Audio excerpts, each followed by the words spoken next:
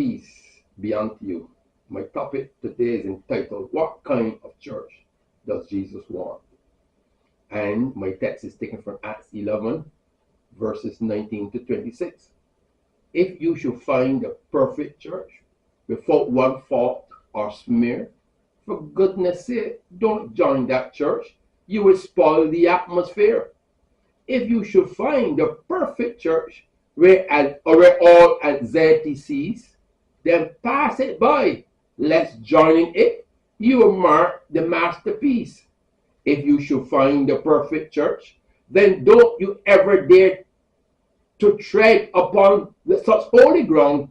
You will be a misfit there.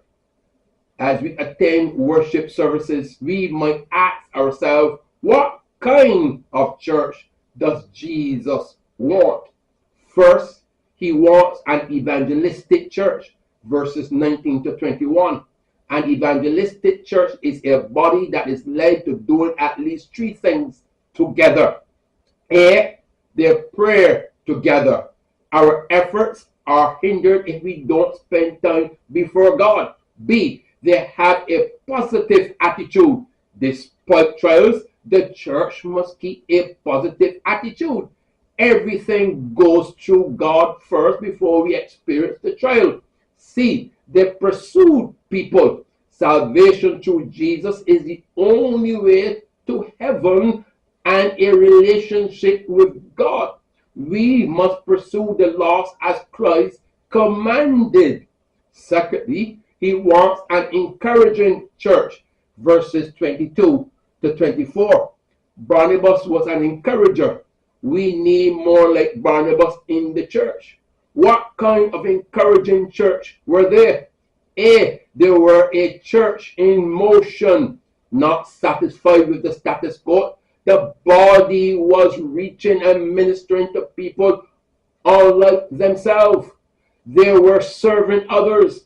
B, they were a church with a mission. They knew what they were about. Our mission is to reach and serve others for the sake of the gospel. C, they were a church with a message. The gospel message was about Jesus. What we do and where we serve is about him. Let's be much more encouraging in our church body and family for the glory of Christ. Thirdly, he wants an equipping church, verses 25 to 26. An equipped church will be committed to several things. They will be committed to spiritual worship, God's word, and holiness. There will be a commitment to outreach. We must reach others for Christ. They will be committed to Christ-centered, Bible-based, ministry-minded activities.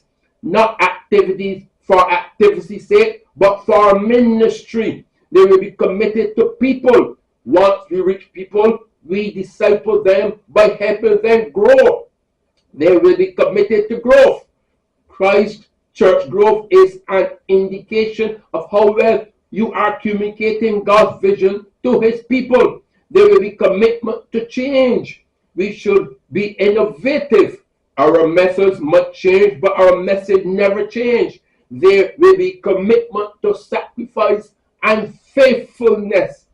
In closing, this is the kind of church Jesus wants. And this is the church I need. Those of you who listen, you better take heed.